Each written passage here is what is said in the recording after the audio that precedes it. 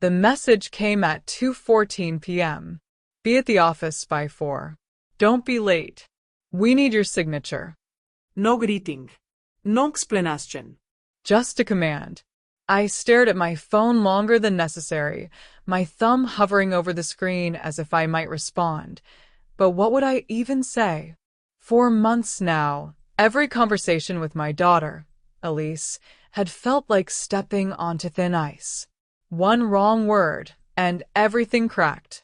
So, I didn't reply. Instead, I grabbed my coat, even though the early autumn air wasn't particularly cold, and headed out. The sky hung low and gray, the kind of day that made everything feel heavier than it should. By the time I reached the law office, a drizzle had started, soft, persistent, almost polite. I sat in the car for a moment, watching droplets gather on the windshield before sliding down in uneven trails. At 63, I thought I had already lived through life's hardest moments. Losing my husband, Daniel, 3 years ago had nearly broken me. But this quiet, creeping distance from my own child felt worse somehow. Less sharp, more constant. Like a slow leak you couldn't quite locate. I forced myself out of the car. Inside, the receptionist barely acknowledged me. "Conference room 3, she said, without looking up. Of course. They were already seated when I walked in, Elise, straight-backed and polished in a charcoal suit, and her husband, Victor, flipping through a folder with practiced impatience. Neither of them stood. "You're cutting it close," Elise said, glancing at her watch. "I'm on time," I replied, taking the chair across from them. Victor slid a stack of papers toward me. "Just sign where it's marked." No explanation. No courtesy. I looked down at the documents, the neat rows of sticky tabs marking each place for my signature. My name already printed beneath blank lines, waiting. "What exactly am I signing?" I asked. Elise exhaled sharply, like I just made things unnecessarily difficult. "We've been over this. It's the final paperwork for Dad's estate. We're closing everything out. We had not been over anything. Not really. After Daniel passed, most of the financial discussions had happened without me. Quiet conversations behind closed doors, decisions made in my absence, but presented as if I had agreed to them. Still, I picked up the pen. For a moment, my hand trembled. Not from age, not from weakness, but from something deeper. A quiet instinct that whispered, "Pay attention." "Everything's being divided evenly?" I asked, keeping my tone neutral. "Yes," Elise said quickly. "As it should be." Victor nodded without looking up. I signed the first page, then the second, then the third. The scratching sound of the pen filled the room, louder than it should have been. Each signature felt like a small surrender, another piece of something I couldn't quite name slipping away. "You'll want to finish quickly," Victor added. "We have contractors coming by the house later." I paused. "Contractors?" Elise met my eyes then, her expression unreadable. "We're renovating." "The house?" I asked quietly. "Our house," she corrected. The words landed harder than I expected. That house. Daniel and I had built it from nothing. Every room carried a memory. Every corner held a story. "You didn't mention renovations," I said. "There wasn't a reason to," she replied. "It's outdated, Harper. We're modernizing." Modernizing. I looked back down at the papers. "And where exactly do I fit into all of this?" I asked. There it was, the question I'd been avoiding for months. Silence stretched across the table. Victor shifted slightly, but said nothing. Elise leaned forward, her hands resting neatly on the table. "I think it's time we're honest," she said. Something inside me tightened. "You've been staying with us because it made sense," she continued. "After Dad passed, with everything going on it worked. I waited. But it's not permanent," she added. The words were calm, measured. Practiced. I felt the ground shift beneath me. I wasn't aware there was an expiration date, I said. Elise, Victor started, but she cut him off with a small glance. Mason is older now, she went on, referring to my grandson. He doesn't need constant supervision. And we need our space back. Space. That was what I had become. Something that occupied space. I moved in to help you, I said slowly. You asked me to. And we appreciated that, she replied. But things change. My grip tightened around the pen. And where am I supposed to go? Another pause. Then, casually, like she was suggesting a restaurant, we've looked into a few communities. Communities, not homes. Retirement communities, she clarified.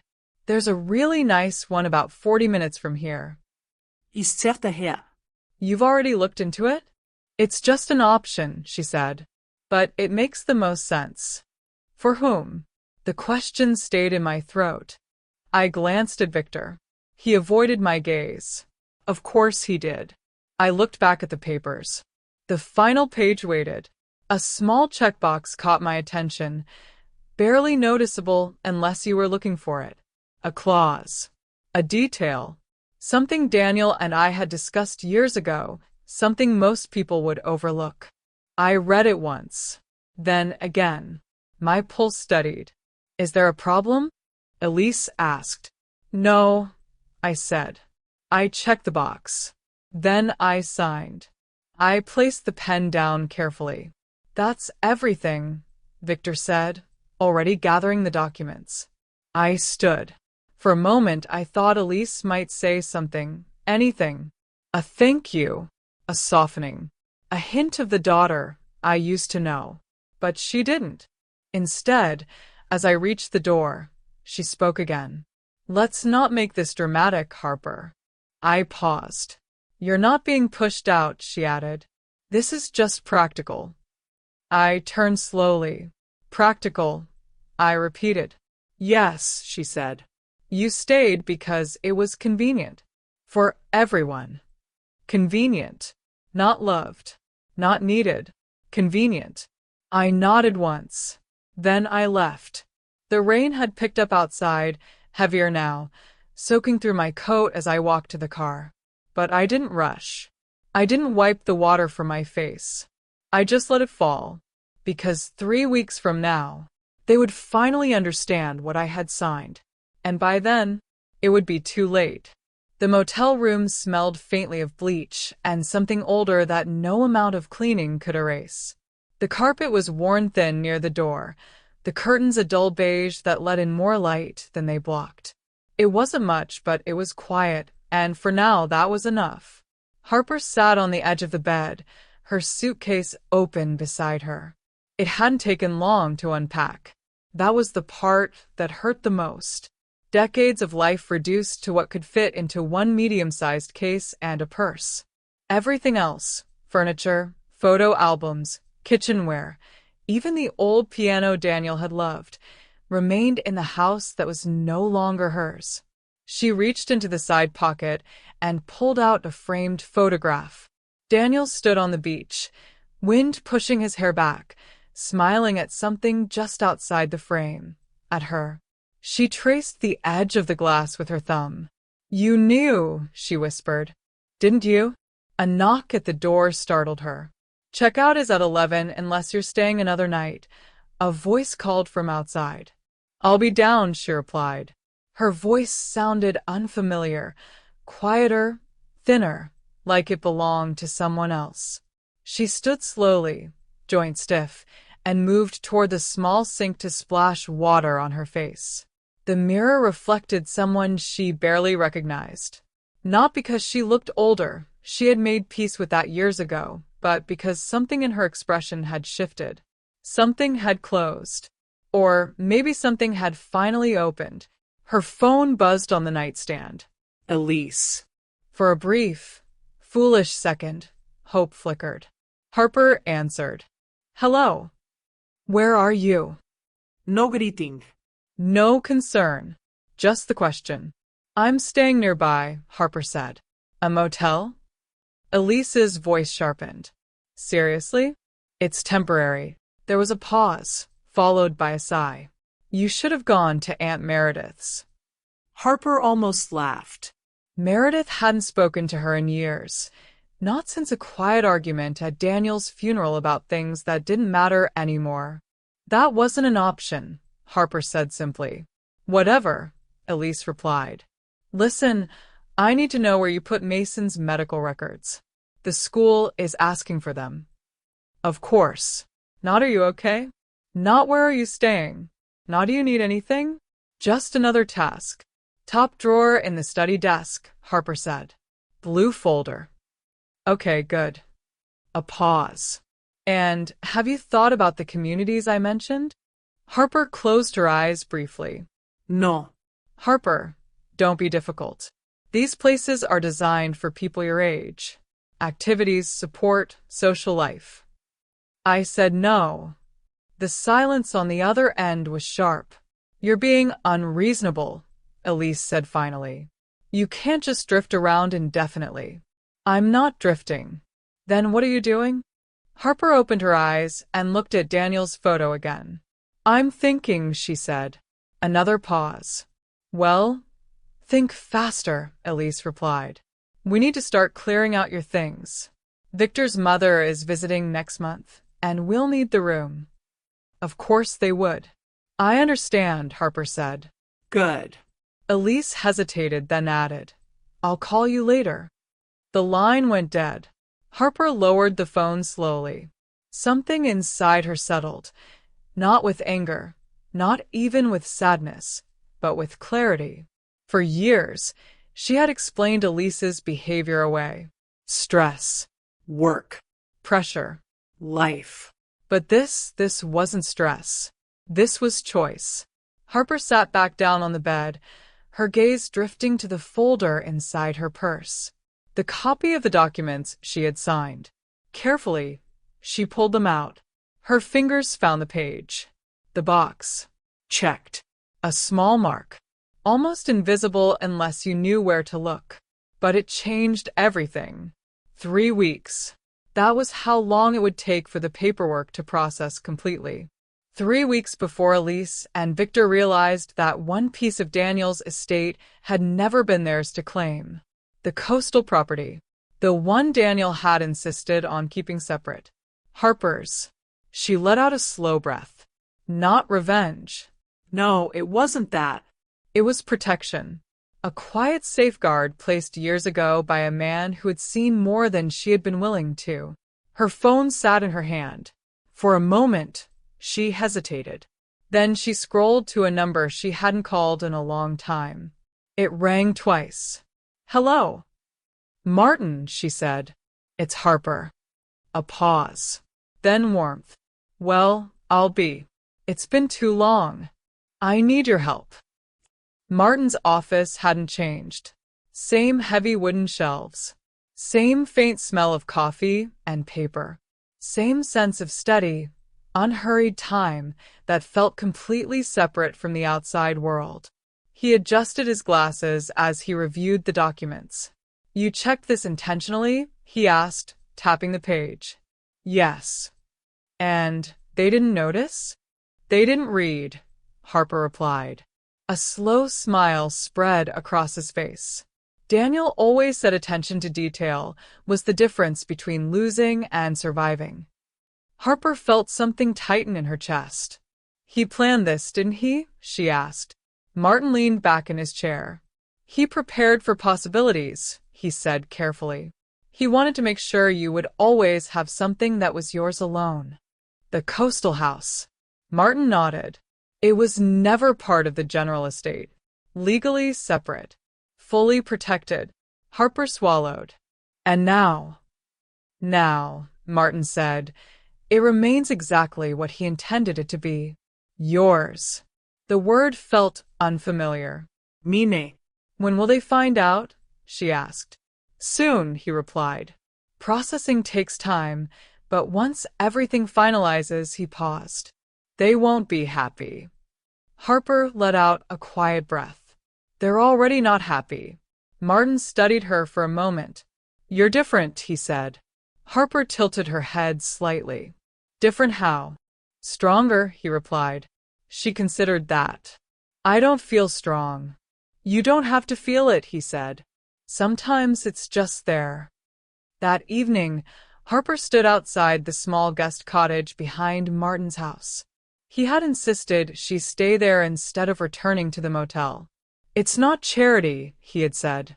It's common sense. The air was crisp now, the drizzle long gone. Leaves rustled softly in the trees, and somewhere in the distance, a dog barked. Harper stepped inside. The space was simple, but warm. A small kitchen, a comfortable chair, a bed by the window. For the first time in days, she felt something close to peace. She set Daniel's photograph on the table. I think you knew exactly how this would unfold, she said softly. Her gaze drifted to the folder again. 3 weeks. Everything would change. But not because she had taken something. Because she had finally stopped giving everything away. Harper turned off the light and sat by the window, watching the quiet street outside. For the first time in a long while, she wasn't thinking about what Elise needed, or what Victor expected, or what role she was supposed to play. She was thinking about herself, and that felt like the beginning of something. The first morning I woke up in Martin's guest cottage, I didn't recognize where I was. For a few seconds, I lay still, staring at the unfamiliar ceiling, listening to the quiet. No footsteps overhead. No distant hum of a coffee machine programmed by someone else's schedule. No voices in the hallway. Just silence, real silence. Then it came back to me. Everything. The office. The papers. Elise's voice. The word convenient echoing louder than it had any right to. I sat up slowly, the blanket slipping from my shoulders, and let out a breath I didn't realize I had been holding all night. This was my life now. And for the first time in years, no one was telling me what to do with it. I moved through the small cottage carefully, as if I might disturb something fragile. The kitchen was simple but spotless, sunlight already spilling across the counter. I made coffee the way I liked it, not rushed, not interrupted, not forgotten halfway through, because someone needed something from me. I sat by the window with the cup warming my hands and realized something strange. I wasn't waiting.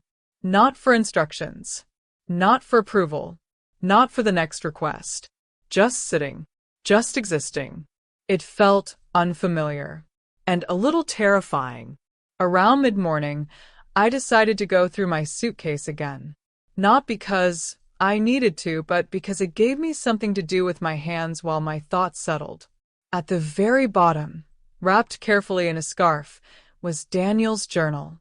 I froze. I had almost forgotten it was there. He had given it to me during his last Christmas. His hands had already started to weaken, but his eyes had been clear, focused. Read it when you're ready, he had said. I hadn't been ready. Not then. Not after he passed. Not during the years that followed. When grief came in waves, I barely learned to survive. But now. Now I wasn't sure what I was anymore. So I picked it up. The leather cover was worn, familiar under my fingers. I sat back down by the window, took a slow breath, and opened it. The first entry was dated months before he died. I don't think Harper sees it yet. My chest tightened instantly. She still believes Elise will soften. That time and pressure will pass, and everything will return to what it was. I swallowed, but I've been watching, listening, and I don't like what I see. I shifted in my seat, my grip tightening on the page. Elise has changed. Or maybe she hasn't, and I'm only now seeing her clearly. The words blurred for a second, but I forced myself to continue. There's a sharpness in her now. A kind of calculation. She speaks about the future like it's something to control, not something to build. And Harper, she's already being placed somewhere in that plan. My heart pounded. He had seen it. All of it. Before I ever did. I met with Martin today. Quietly. I told him I wanted to make sure Harper would always have something that couldn't be taken from her, not by circumstance, not by pressure, not even by family. My fingers trembled. The coastal house will remain hers. Separate. Protected. She doesn't know yet. I'm not sure she would understand why I'm doing this. A tear slipped down before I could stop it. But I do. Because I know her. Because she will give everything until there's nothing left if she believes someone needs it more. I closed my eyes. That was true. Painfully true. I had spent years giving without question. Without limits. Without asking what it was costing me. And Elise had taken it without ever asking what it meant. I turned the page. Another entry. I overheard them today, Elise and Victor, talking about long-term plans. My breath caught. They were discussing options. Not how to include Harper in their lives, but how to manage her. The word hit hard. Manage. Facilities. Communities. Somewhere comfortable, Elise said. As if comfort replaces belonging. My hands clenched. I confronted her. She brushed it off. Said I misunderstood. But I didn't. I saw her face when she thought I wasn't looking. The silence in the room pressed in around me. Harper won't see this coming. She refuses to believe her own daughter could think this way. My chest ached. Because he had been right. I hadn't seen it. Not clearly. Not until it was too late. I flipped to the final pages. The handwriting grew shakier. Uneven. But determined. Everything is in place now. I held my breath. The house.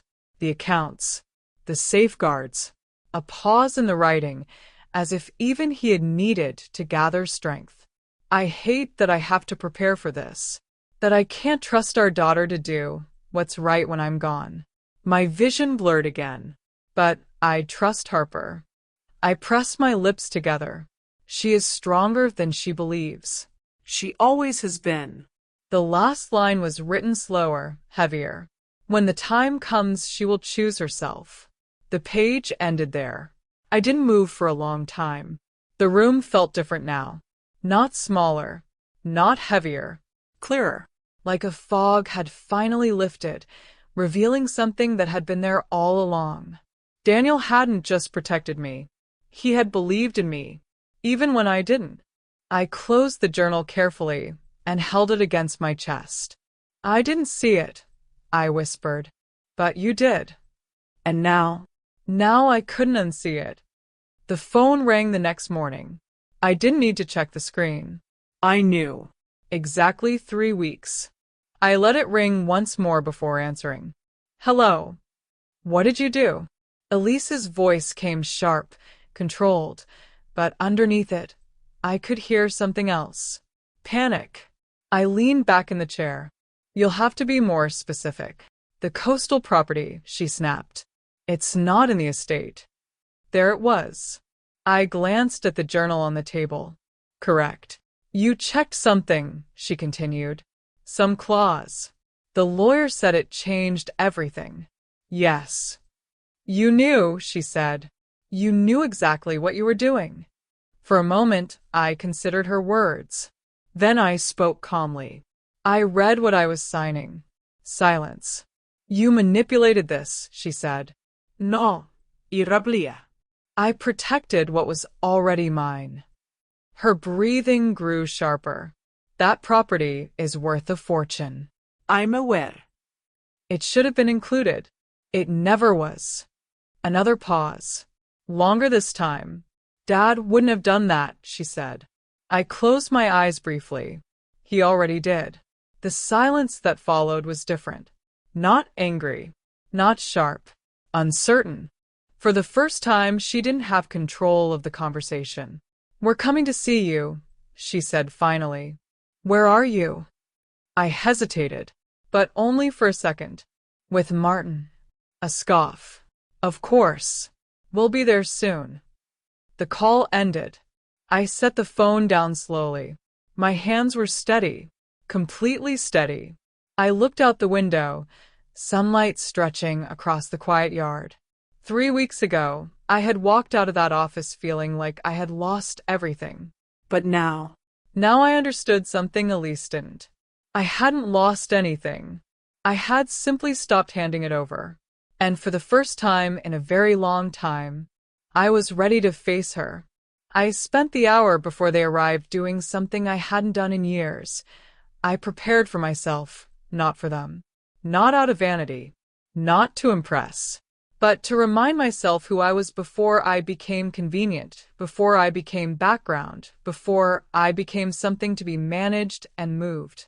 I took a long shower, letting the hot water loosen the tension that had settled deep into my shoulders over the past weeks.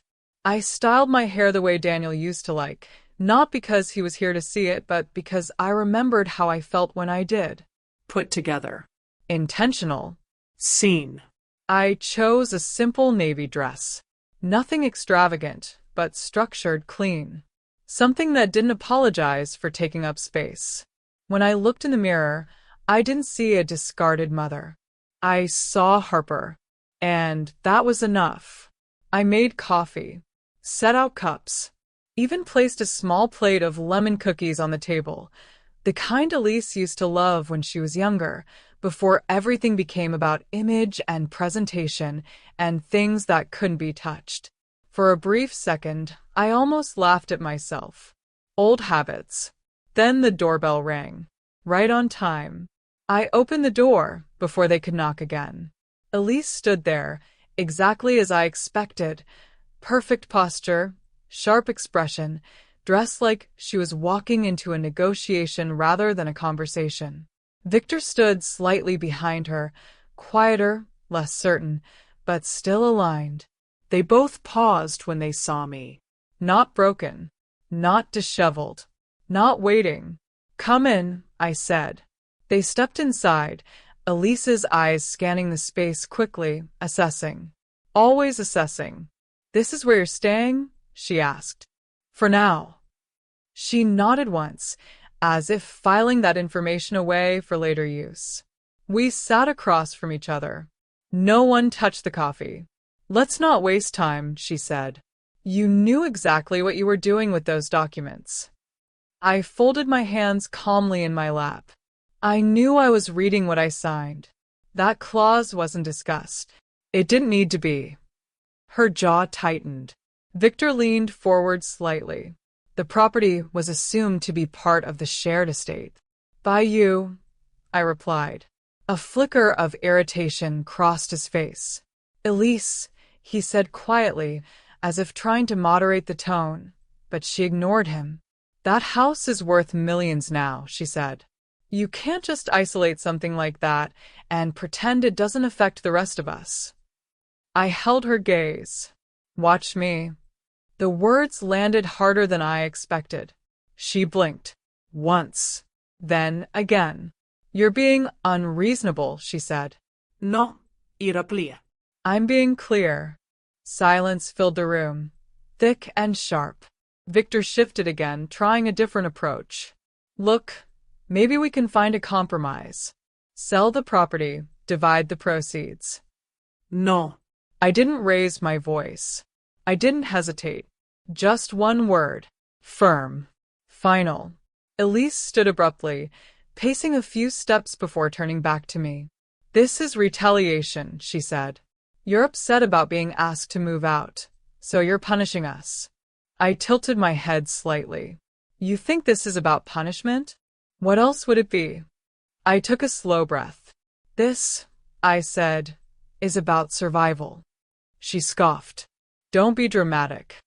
"I'm not." I leaned forward slightly, my voice still calm but no longer soft. "I sold my home to help you. I gave you years of my life raising your son while you built your careers. I adjusted, adapted, stepped back every time you needed space, time, convenience." Her expression hardened. "No one forced you to do that." You're right, I said. "No one forced me. I did it because I believed I was part of something." The words hung in the air. And then I continued. You told me I wasn't. Silence. For a moment, just a moment, something flickered in her eyes. But it disappeared quickly. You're twisting things, she said. Am I? Victor stood now too, tension creeping into his posture. This isn't productive, he said. We need to focus on the actual issue here. The issue, I replied, is that you both assumed everything I had would eventually belong to you. That's not, Elise started. It is. I cut in, still calm. And you never thought to question it because I never gave you a reason to. I sat back. That was my mistake. The room went quiet again. Different this time. Heavier. Elise crossed her arms. So what now? She asked. You just keep it? Sit on a property worth millions while you what? I interrupted. Renovate the house you pushed me out of? Her lips pressed into a thin line. That house is ours now. Yes, I said. It is. I let the words settle before adding. And this one is mine. Victor ran a hand through his hair, frustration breaking through. You're making this harder than it needs to be. No, I said. I'm making it honest. At that moment, a sound drifted in from outside. Laughter. Light, unfiltered. We all turned toward the window. Mason. He was in the yard, riding in uneven circles while Martin pretended to chase him, moving slower than necessary, letting the boy win. My chest tightened instantly. Elise stepped closer to the window. He's been asking about you, she said quietly. I didn't respond right away. What did you tell him? I asked. That you needed time. I nodded. A partial truth, not the whole one. He misses you, Victor added softer now. I watched Mason laugh again, completely unaware of the tension inside the house just a few feet away. I miss him too, I said. Elise turned back to me. You've made this very complicated, she said. I met her gaze. No, irablia. I've made it very simple. Another pause. Then she said it. You're not acting like family. The words almost made me smile. Neither are you. That landed. Hard. She looked away first. Victor exhaled slowly, clearly realizing the conversation wasn't going where they expected. So that's it, he asked. There's nothing to discuss? No, I said. I stood. And that was the moment everything shifted. Not loudly, not dramatically, but undeniably. I wasn't sitting across from them anymore. I wasn't waiting for permission to speak. I wasn't adjusting myself to make this easier. I was ending it. The property stays with me, I said. That's not changing. Elise stared at me, searching for something, hesitation, doubt, weakness. She didn't find it. This isn't over, she said. I nodded. It is for me. I walked to the door and opened it. They didn't move at first. Then Victor stepped forward, lightly touching Elise's arm. We should go. She hesitated, then turned.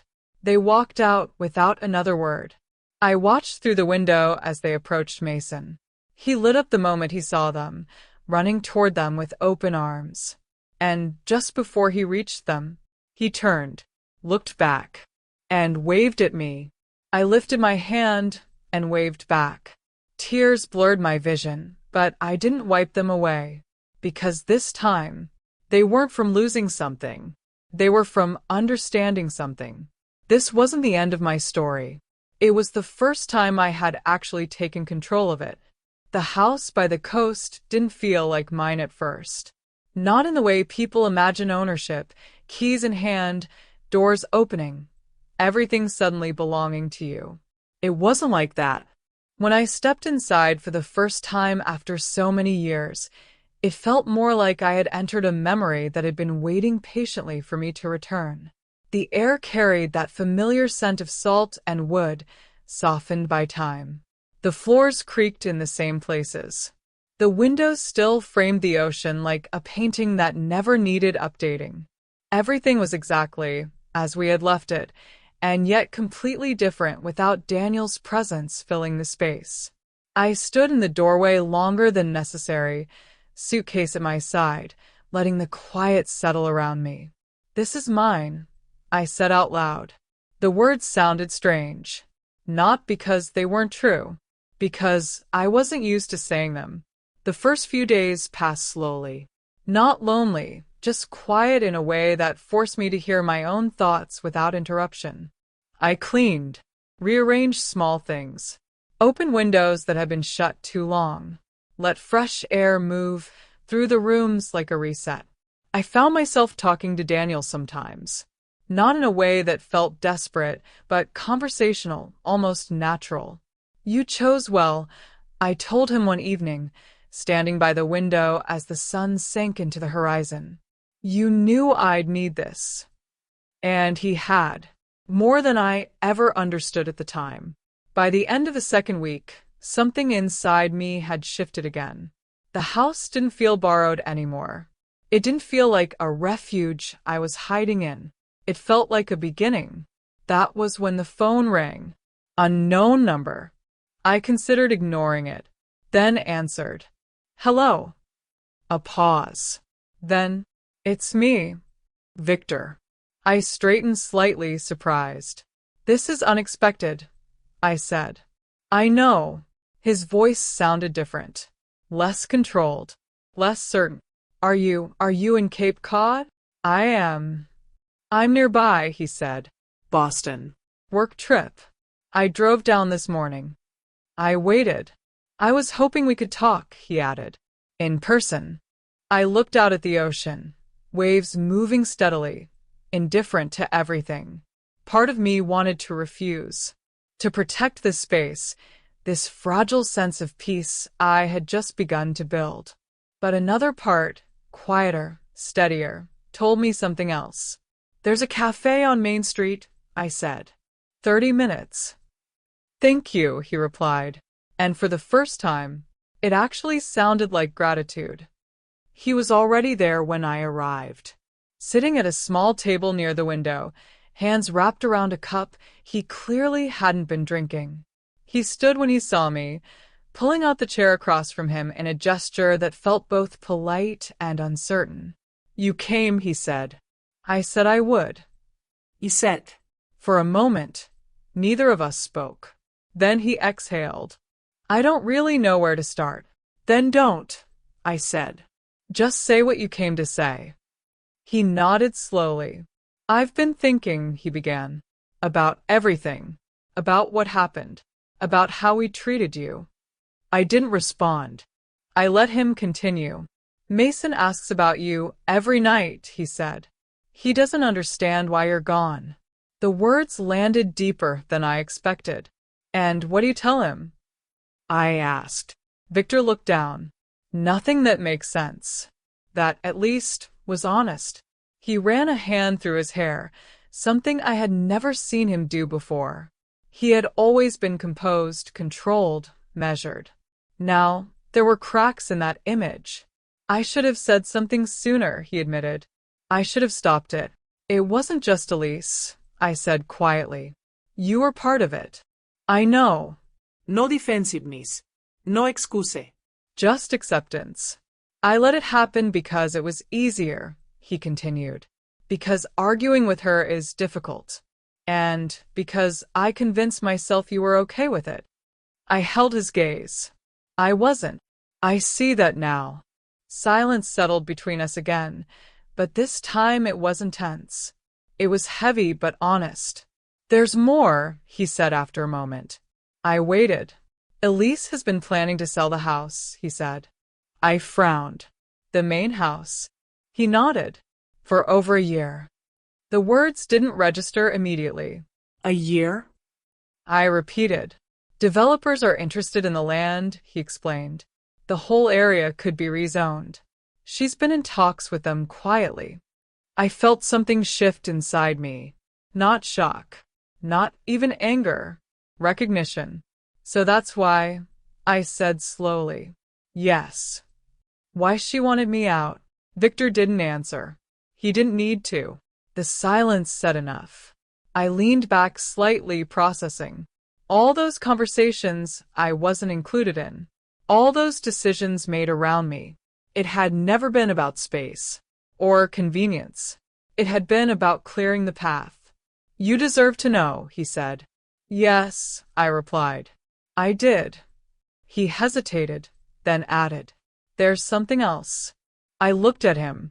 Mason found her photo albums, he said. In the attic. My chest tightened.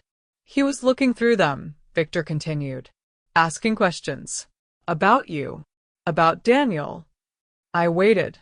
Elise threw them away. The words hit harder than anything else. She said they were clutter, he added quietly. That we didn't need them anymore. For a moment, I couldn't speak. Not because of the loss of the albums, but because of what it meant. Memories. History. Erased. Just like that. He tried to take them out of the trash, Victor said. He was crying. I closed my eyes briefly. When I opened them again, the ocean outside looked different. Colder. Sharper. Why are you telling me this now? I asked. He met my eyes. Because it's wrong. A simple answer. But for the first time, it felt real.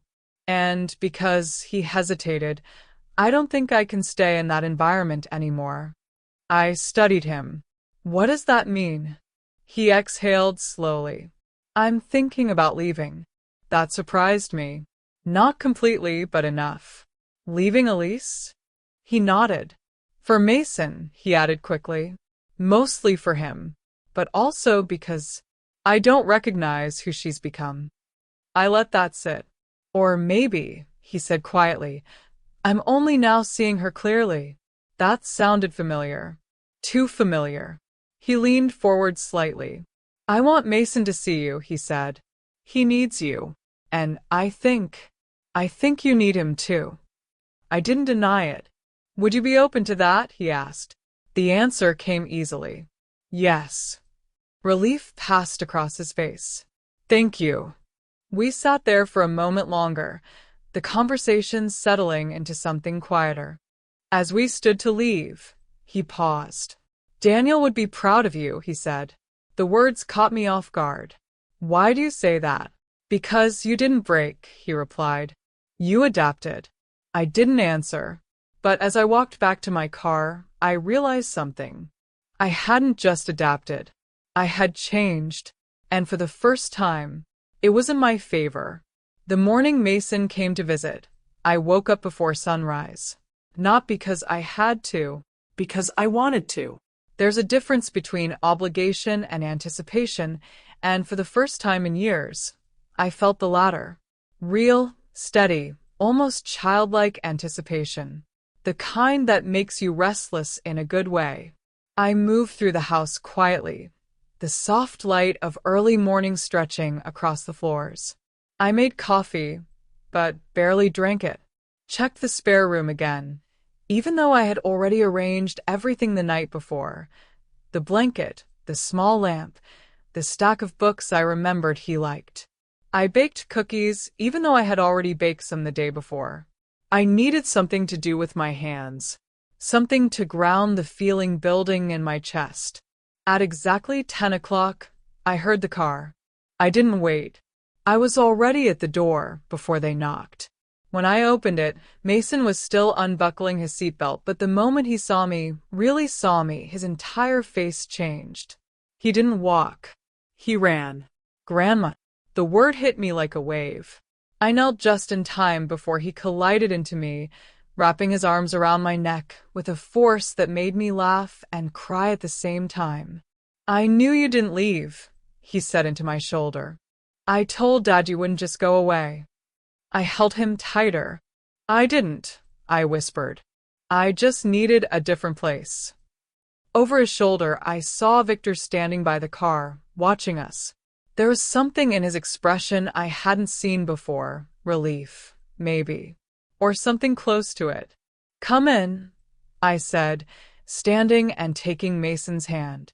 He rushed inside like he had discovered a secret world, his eyes moving quickly from one corner to another. This is your house? He asked. It is. It's big, he said, though it wasn't. Not really. It's enough. He ran toward the window. You can see the ocean. Yes, I smiled. Every day. Victor stepped in more slowly, closing the door behind him. Thank you, he said quietly. I nodded. We didn't need to say more than that. The day unfolded in a way I hadn't realized I missed so deeply. Mason talked constantly about school, about a loose tooth, about a boy who cheated during a game and got caught. His world was still simple, still honest in a way adults forget how to be. We walked along the beach, the wind tugging at his jacket as he chased the edge of the waves. He asked questions about everything, shells, birds, why the water looked darker farther out. And I answered all of them. Not distracted. Not rushed. Present. At one point, he slipped his small hand into mine without thinking. That simple, unconscious gesture nearly broke me. Back at the house, he helped me in the kitchen, standing on a chair to reach the counter, carefully placing cookies on a plate like it was an important responsibility. Mom doesn't let me do this, he said casually. Why not? She says it makes a mess. I smiled softly. Sometimes a little mess is worth it. He nodded seriously, as if I had just told him something important. Victor stayed mostly quiet, watching, absorbing. Occasionally he would step in, correct something gently, but he didn't interrupt the rhythm that had formed so naturally between Mason and me. Later, while Mason was outside trying to build something in the sand that vaguely resembled a castle, Victor joined me on the porch.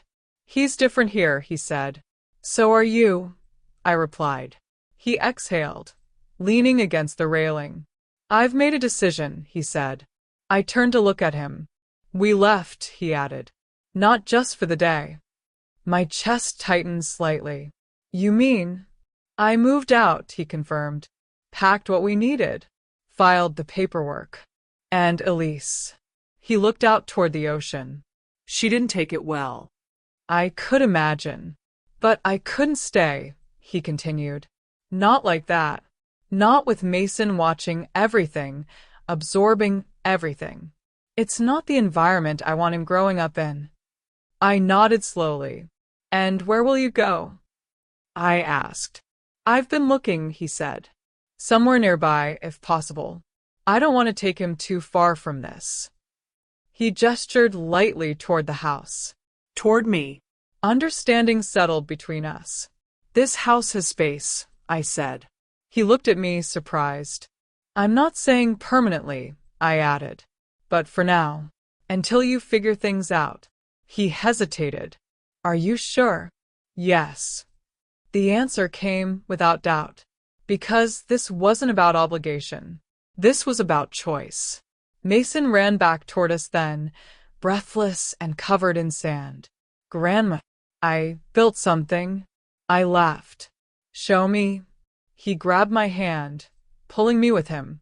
And just like that, the conversation shifted, replaced by something simpler, something better. We spent the rest of the afternoon together, laughing, building, talking about nothing and everything at the same time. For the first time in years, I felt something that had been missing so quietly I hadn't even realized it was gone. Belonging. Not because I was useful, not because I was needed for a task, but because I was wanted. As the sun began to set, painting the sky in soft gold and pale orange, we sat on the porch together. Mason leaned against me, half asleep, his head resting on my shoulder. Victor sat across from us, quieter now, but not tense. Just present. This is what it should have been, he said softly. I didn't answer right away, because I was thinking about Daniel, about everything he had done quietly, carefully, years before any of this unfolded. He hadn't just protected me. He had given me a path. And now, I was finally walking it. This is what it is now, I said. Victor nodded. Mason stirred slightly, mumbling something about the kite we hadn't even flown yet. I smiled. There's time for that, I whispered. And there was. For the first time in a long time, there was time. Not borrowed, not controlled, not dictated by someone else's expectations. Mine. I looked out at the ocean, steady and endless, and felt something settle deep inside me. This wasn't the ending I had feared. It wasn't even the ending I expected. It was something else entirely. A quiet rebuilding, a second chance, not for everything, but for what truly mattered. And that was more than enough.